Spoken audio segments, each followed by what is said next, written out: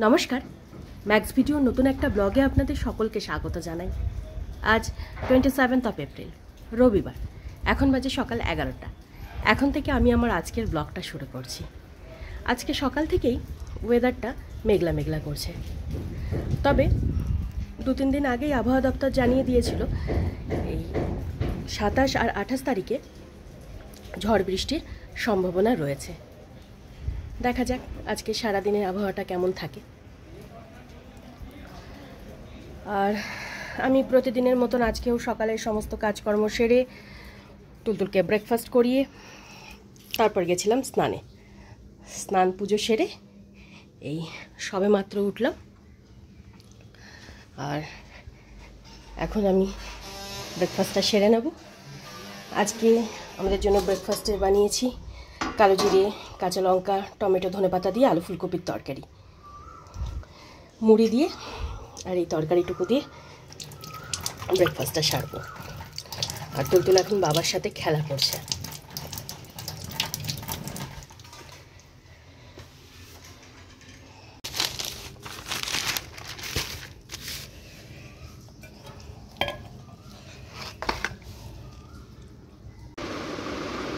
তখন আমি মুড়ি আর তরকারি দিয়ে ব্রেকফাস্ট করে এই কয়েক মিনিট আগেই তুলতুলকে নিয়ে পড়াতে বসিয়েছি। এটা হয়নি বাবা, এটা হয়নি বাবু। হ্যাঁ মামা, হ্যাঁ বাবা, কি সুন্দর লিখেছে। হ্যাঁ কি সুন্দর লিখেছে। ভালো লিখেছে। হ্যাঁ এটা কি? এটা 7 7 লিখেছে আর এটা 9। 9 লিখেছে। হ্যাঁ দেখো, এখন বাজে 12:40 আর লেখাপড়ার পর্ব সেরে আমরা এই কিছুক্ষণ আগেই উঠলাম। তুলতুল এখন নিজের কাজে ব্যস্ত, আর এদিকে আমি দুপুরের রান্নাটা বসিয়ে দিয়েছি। দুধটা সবেমাত্র জাল দিয়ে রাখলাম, এদিকে ভাতটা বসিয়ে দিয়েছি, আর ভেন্ডি আলু ভাজা হবে। তো ভেন্ডি আর আলুটা কেটে নেব। আর গতকালকের মতন আজকেও তুলতুলকে একটু গ্লুকোজের জল খাইয়ে দেব।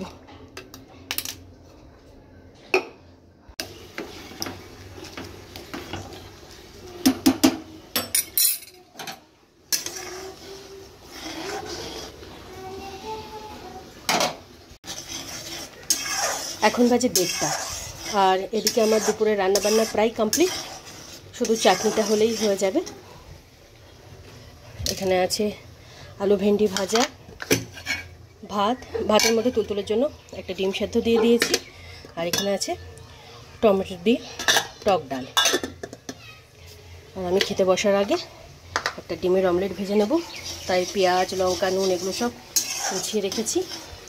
আর রান্নার এক ফাঁকে তুলতুলকে তেল মালিশ করিয়ে স্নান ধান করিয়ে রেডি করে দিয়েছি। এখন তুলতুল বসে বসে একটু টিভি দেখছে।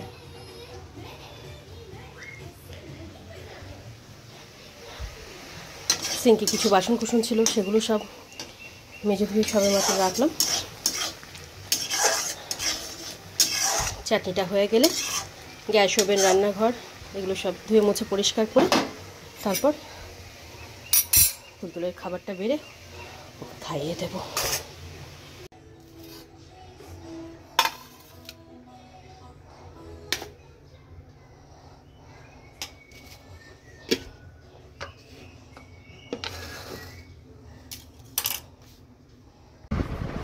এখন বাজে 3:10 আর তখন চাটনিটা নামিয়ে রেখে গ্যাস ওভেন, রান্নাঘর এগুলো সব ধুয়ে মুছে পরিষ্কার করে তুলতুলের জন্য খাবারটা বেড়ে ওকে লাঞ্চ করিয়ে ধানের খাবারটা বেড়ে ওকে খেতে দিয়ে তারপর তুলতুলকে ঘুম পাড়ানোর জন্য বেডে নিয়ে আসলাম। তো বেডে নিয়ে এসে শোয়ানোর পর প্রতিদিনের মতন আজকেও কিছুক্ষণ খেলা করলো। খেলা টেলা করে এই 2:30 নাগাদ তুলতুল ঘুমালো। ওকে ঘুম পাড়িয়ে আমার প্রতিদিনের এই সময় যে কাজগুলো থাকে সেগুলোই এখন সব সারছি। আর এখানে আমি আমার জন্য ডিমের অমলেটটা ভেজে নিচ্ছি। ডিমের অমলেটটা বানিয়ে তারপর আমি আমার খাবারটা বেড়ে নেব।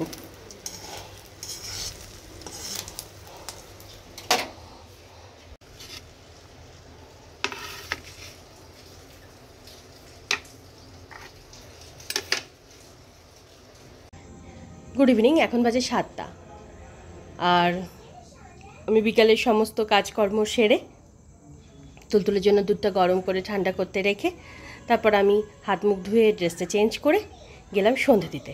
সন্ধে দিয়েই কিছুক্ষণ আগেই উঠলাম, আর এবার তুলতুলকে দুধটুকু খাইয়ে দেব। তুলতুল এই 5:45 নাগাদ ঘুম থেকে উঠলো, আর অতটা দেরিতে ঘুম থেকে উঠলো বলে আজকে আর পার্কে যেতে পারলো না। তখন থেকে বসে বসে একটু টিভি দেখছে,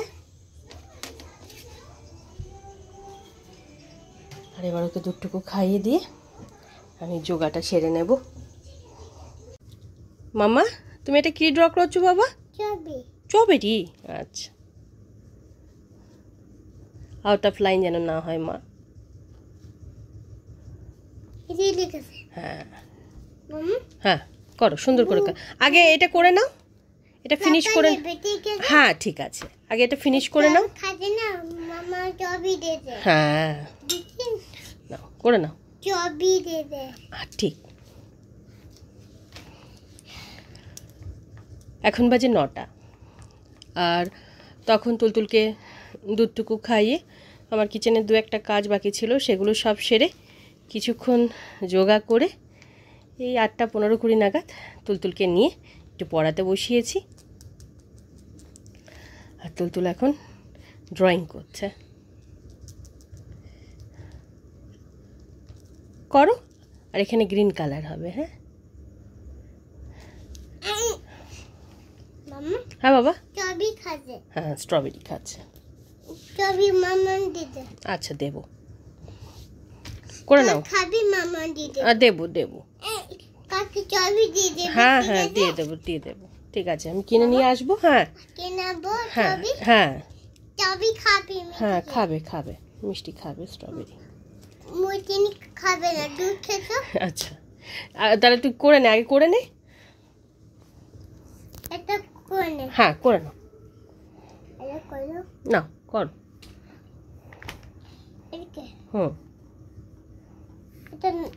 হুম। মামা, ধানিকে খেতে ডাক বাবা।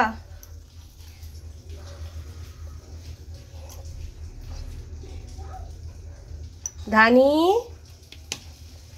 চল খেয়ে নিবি। এখন বাজে 12:30, আর আজকে 9:15-20 মধ্যে তুলতুলের লেখাপড়ার পর্ব সেরে স্কুলের ব্যাগপত্র গুছিয়ে রেখে একেবারে রাতের বিছানাপত্রটা করে রেখে তারপর কিচেনে গেছিলাম রাতে রান্নাবান্না সারতে। মোটামুটি 10:45 থেকে 10টার মধ্যে আমার রান্নাবান্না কমপ্লিট হয়ে গেছিলো। রান্নাবান্না বলতে তুলতুল আর ধানির জন্য আলু সেদ্ধ ভাত করেছিলাম, আর ওবেলার একটু ডাল ছিল।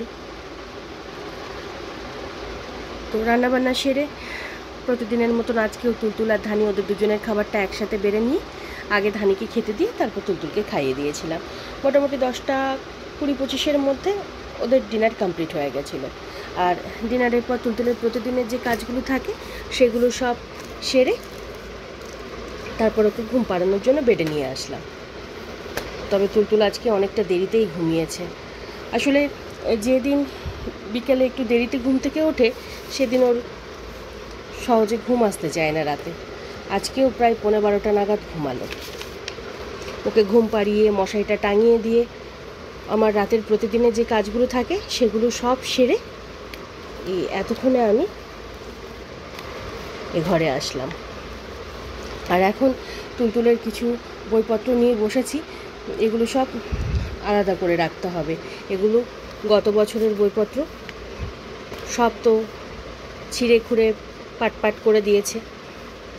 এগুলো সব আলাদা করে না রাখলে মানে সব ব্যাগের মধ্যে থাকছে, একটা বের করতে গেলে আরেকটা বেরিয়ে পড়ছে, আর তুলতুল দেখলেই ব্যাস ওর চাই, না দিলেই কান্নাকাটি শুরু। তাই কিছু বইপত্র একদম হাতের নাগালে বাইরে রাখবো, এটা এই ব্যাগের মধ্যে ভরে রাখবো।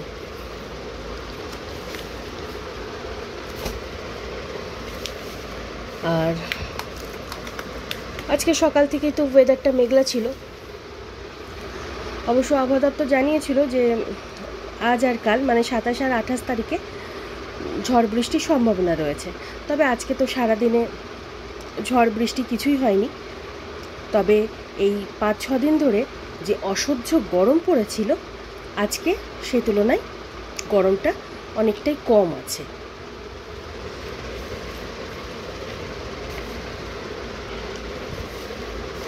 দেখা যাক আগামীকালকে কেমন ওয়েদার থাকে। আর আগামীকালকে সকালে আমাকে এবং তুলতুলকে দুজনকেই অনেকটা তাড়াতাড়ি ঘুম থেকে উঠতে হবে, যেহেতু স্কুলের টাইমিংটা চেঞ্জ হয়েছে। অন্যান্য দিন তো তুলতুল 8:15-20 নাগাদ ঘুম থেকে ওঠে, কালকে 7:30-8:45 মধ্যে ওকে ওঠাতে হবে। আর আমি তো মোটামুটি 6:30-6:30 মধ্যে ঘুম থেকে উঠে যাই। কালকে আমাকেও মোটামুটি 6:45-6:00 মধ্যে উঠে যেতে হবে, কারণ ওকে স্কুলে নিয়ে যাওয়ার আগেই চেষ্টা করব সকালে সমস্ত কাজকর্ম সেরে স্নান পুজোটা করে নেওয়ার। দেখা যাক কতদূর কী করতে পারি।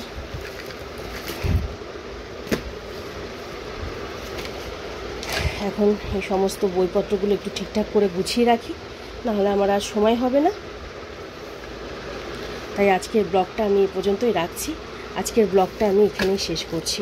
আমার এই ব্লগটা যদি ভালো লেগে থাকে তাহলে আমার এই চ্যানেলটাকে সাবস্ক্রাইব করে দেওয়ার জন্য বিশেষভাবে অনুরোধ রইল, সাথে লাইক আর শেয়ার করে দেওয়ার জন্য অনুরোধ রইল। সকলে ভালো থাকবেন। Bye and good night.